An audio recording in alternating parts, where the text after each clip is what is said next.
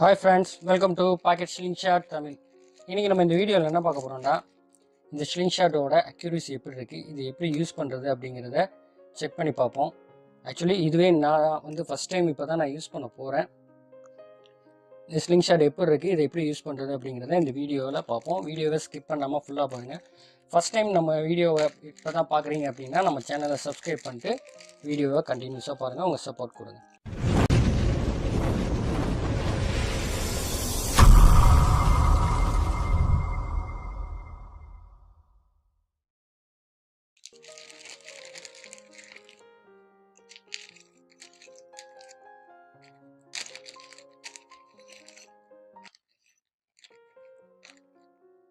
இது வந்து இந்த ஸ்லிங் ஷாட்டுக்கான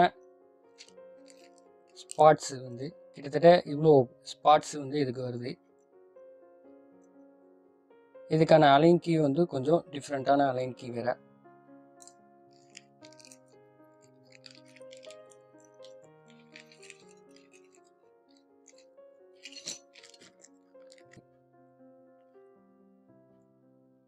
இந்த ஸ்லிங் ஷாட்டை பொறுத்த வரைக்கும் ஒன்லி 90 டிகிரிஸ் மட்டும்தான் ஹிட் பண்ண முடியும்.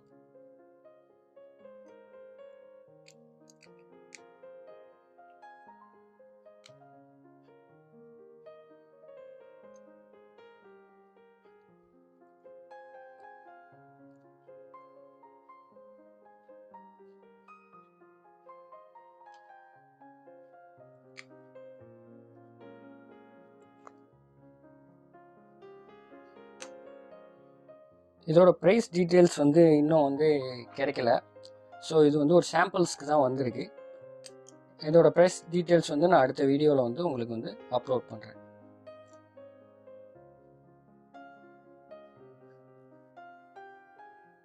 ஃப்ரெண்ட்ஸ், இந்த ஸ்லிங் ஷாட் வந்து ஹேண்டில் பண்ணுறது வந்து இப்படி தான் ஹேண்டில் பண்ணு. இது வந்து ஜஸ்ட்டு 90 டிகிரி மட்டும்தான் ஹிட் பண்ண முடியும்.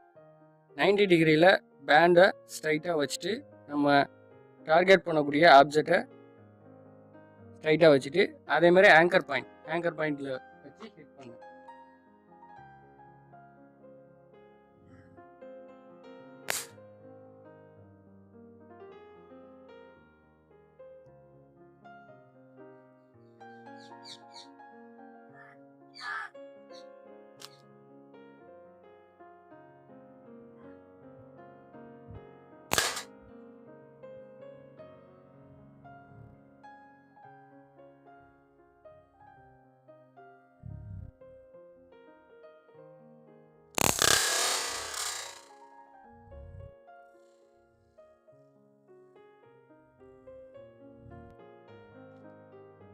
ஃபர்ஸ்ட் ஷாட் வந்து மிஸ் பண்ணிட்டேன். செகண்ட் ஷாட் வந்து கரெக்டாக இந்த ஃபோர்க் எட்ஜில் வந்து அதுக்கான ரெஃபரன்ஸ் பாயிண்ட் எடுத்து கரெக்டாக வந்து ஹிட் பண்ணிட்டேன். இதோட அக்யூரசி நல்லா இருக்குது. இந்த ஸ்லிங் ஷாட்டை பொறுத்த வரைக்கும் இதில் தொடர்ந்து நம்ம கண்டினியூஸாக ட்ரைன் அப் எடுத்தோம்னா இது வந்து நல்லா நம்ம ஹிட் பண்ணலாம்.